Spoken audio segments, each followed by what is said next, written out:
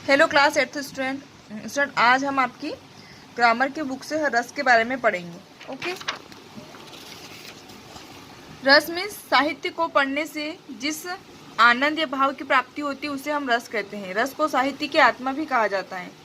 Student, काव्य को पढ़ने से, नाटक को देखने से पाठक, दर्शक या श्रोता को जिस आनंद की अनुभूति होती है उसे हम रस कहते हैं, है ना।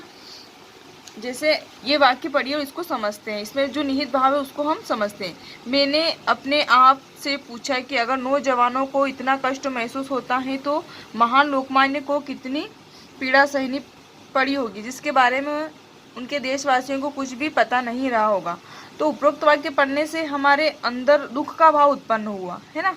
जब हम कोई ऐसा कहानी, कविता या नाटक जो भी पढ़ते हैं उसको पढ़ने से अगर हमें सुख, दुख, घृणा, क्रोध या जो भी हमारे मन में जो भाव उत्पन्न होते हैं वो ही उसे हम रस कहते हैं। ओके। जैसे इसकी परिभाषा भी हमने पढ़ी कि साहित्य को पढ़ने से जिस आनंद या भाव की प्राप्ति होती है उसे हम रस कहते हैं।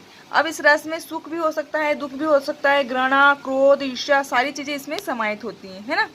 तो रस को साहित्य की आत्मा भी कहा जाता है। अब देखते हैं रस के अवयव। रस के 4 अवयव या अंग होते हैं। कौन कौन से देखते हैं। रस के 4 अवयव: स्थायी भाव, विभाव, अनुभाव और संचारी भाव। यहाँ हम रस व उसके स्थायी भाव के बारे में जानेंगे। पहला देखते हैं स्थायी भाव। स्थायी का अर्थ होता है स्थिर। स्थायी का क्या अर्थ होता है? स्थिर। स्थिर मतलब संपूर्ण प्रसंग में व्याप्त स्थिर भाव स्थायी भाव कहलाता है। और स्थायी भाव कितने होते हैं? 9। स्थायी भाव की संख्या कितनी है? 9।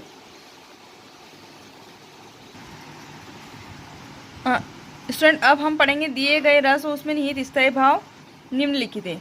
अब हम पढ़ेंगे रस कितने होते हैं, स्थायी भाव कितने होते हैं, उसका अर्थ और उदाहरण इसके बारे में हम पढ़ेंगे। देखते हैं 9 स्थायी भाव कौन कौन से होते हैं। पहला रस है श्रृंगार रस।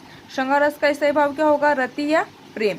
अब इसका अर्थ देखते हैं और उदाहरण। जब किसी काव्य में नायक नायिका के प्रेम, मिलने, बिछुड़ने आदि क्रिया का वर्णन होता है तब वहाँ श्रृंगार रस होता है। यह 2 प्रकार का होता है।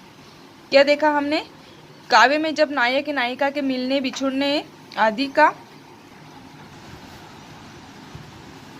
संयोग श्रृंगार। जब नायक नायिका के मिलने और प्रेम क्रियाओं का वर्णन होता है वहां पर संयोग श्रृंगार होता है। जैसे कहत, नटत, रीजत, खीजत, मिलत, खीलत, लजियात, भरे भुवन में करत है नैनन ही सुबात।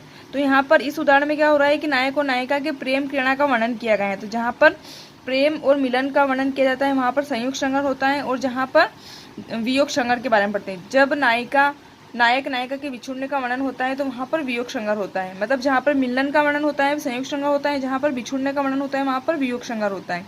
ओके। अब देखो वियोग श्रृंगार का उदाहरण। हे खग मृंद, हे मधुकर श्रेणी, तुम देखिए सीता मृग नयनी। इस उदाहरण में सीता हरण के बाद राम की व्याकुलता को दर्शाया गया है। यहाँ पर वियोग श्रृंगार है। ओके। नेक्स्ट है हास्य रस। हास्य मीन्स हंसी या हास। जैसे इसका परिभाषा देखते हैं क्या है। जब किसी साहित्य को पढ़कर हंसी आए वहां पर हास्य रस होता है। इसका स्थायी भाव हंसी है। जैसे बुरे समय को देखकर गंजे तू क्यों रोए, किसी भी हालत में तेरा बाल न बाका होए। मतलब यहाँ पर इसको पढ़ने से हमें हंसी का भाव अनुभव हो रहा है। तो यहाँ पर क्या होगा? हास्य का हास। जैसे नेक्स्ट उदाहरण देखते हैं। मैं ऐसा महावीर हूँ, पापड़ को तोड़ सकता हूँ, अगर गुस्सा आ जाए तो कागज को मरोड़ सकता हूँ। तो ऐसा साहित्य जिसको पढ़कर हमें हंसी आती है वो क्या कहलाता है? हास्य रस। नेक्स्ट है करुण रस। करुण का स्थायी भाव क्या होगा? शोक यानी कि दुख। जब किसी साहित्य को पढ़ने से मन में करुणा या दया का भाव उत्पन्न होता है वहाँ पर करुण रस होता है। जैसे दुख ही जीवन की कथा रही, क्या कहूँ आज जो नहीं कही। मतलब यहाँ जहाँ पर हमें किसी साहित्य को पढ़कर दुख का अनुभव होता है वहाँ पर करुण रस होता है। ओके। नेक्स्ट रौद्र रस। रौद्र का स्थायी भाव क्या होगा? क्रोध। जब साहित्य में क्रोध का वर्णन हो, उसे पढ़कर क्रोध का भाव उत्पन्न हो वहाँ पर क्रोध रस होता है। जैसे श्री कृष्ण के सुन वचन अर्जुन शोक से जलने लगे, सब शोक अपना भूलकर करतल युगल मलने लगे। मतलब जिस साहित्य को पढ़कर हमें मन में क्रोध का भाव जागृत होता है वहाँ पर क्या होता है? रौद्र रस।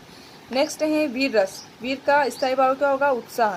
जब साहित्य में वीरता का वर्णन होता है वहाँ पर वीर रस होता है। जैसे चमक उठी सन 57 में, वह तलवार पुरानी थी, बुंदेले हर बोलो के मुँह, हमने सुनी कहानी थी, खूब लड़ी मर्दानी वह तो झांसी वाली रानी थी। मतलब हम जब ये पंक्तियाँ पढ़ते हैं झांसी की रानी की, तो हमारे मन में वीरता और जोश का भाव पैदा होता है।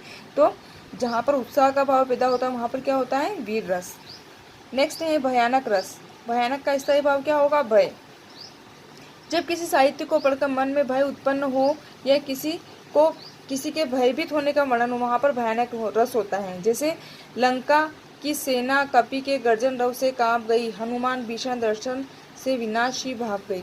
ओके, तो यहाँ पर साहित्य को पढ़कर हमारे मन में भय उत्पन्न हो रहा है। ऐसे जहाँ पर भय उत्पन्न होता है वहाँ पर क्या होता है? भयानक रस। नेक्स्ट है विभत्स रस। विभत्स का स्थायी भाव क्या होगा? घृणा। विभत्स यानी घृणा। जब किसी साहित्य को पढ़कर मन में घृणा आ जाए तो वहाँ पर विभत्स रस होता है। यह रस मुख्यतः युद्ध वर्णन में पाया जाता है, जिसमें युद्ध के पश्चात खून या चिलकों का घृणास्पद वर्णन होता है। जैसे आंखें निकाल उड़ जाते, क्षण भर उड़कर आ जाते, शव जीभ खींचकर कोवे चुबला चुबला कर खाते, जीवन में श्वास लगे मुर्दे थे भू पर लेटे, मांस चाट लेते थे, चटनी सम बहते बहते बेटे। तो जहाँ पर हमें साहित्य को पढ़कर घृणा उत्पन्न होती है वहाँ पर क्या होता है? विभत्स रस। नेक्स्ट है अद्भुत रस। अद्भुत का स्थायी भाव क्या होगा? आश्चर्य। जब किसी साहित्य को पढ़कर या सुनकर आश्चर्य का भाव उत्पन्न हो तो वहाँ पर अद्भुत रस होता है। जैसे कनक भूधराकार शरीरा, समर भयंकर अति बलवीरा। नेक्स्ट शांत रस। शांत का स्थायी भाव क्या होगा? निर्वेद। जब किसी साहित्य को पढ़कर या सुनकर शांति का भाव उत्पन्न हो वहाँ पर शांत रस होता है। जैसे जब मैं था तब हरि नहीं, अब हरि है मैं नहीं, सब अंधियारा मिट गया जब दीपक दिखा माही। ओके, तो जहाँ पर किसी साहित्य को पढ़कर हमें शांति का अनुभव होता है वहाँ पर क्या होता है? शांत रस। ओके, और स्टूडेंट आपकी बुक में ये दे रखा है कि इन रसों को संगीत व नृत्य की मदद से भी दर्शाया जा सकता है। नीचे दिए गए ओडिसी नृत्य में आँखों व हाथों के हाव भाव की मदद से विभिन्न रसों को दर्शाया गया है। तो हम इनको देखकर, इनके जो एक्सप्रेशन है चेहरे के, इनको देखकर हम पता लगा सकते हैं कि कौन सा भाव यहाँ पर दिया गया है ना। Okay, thank you.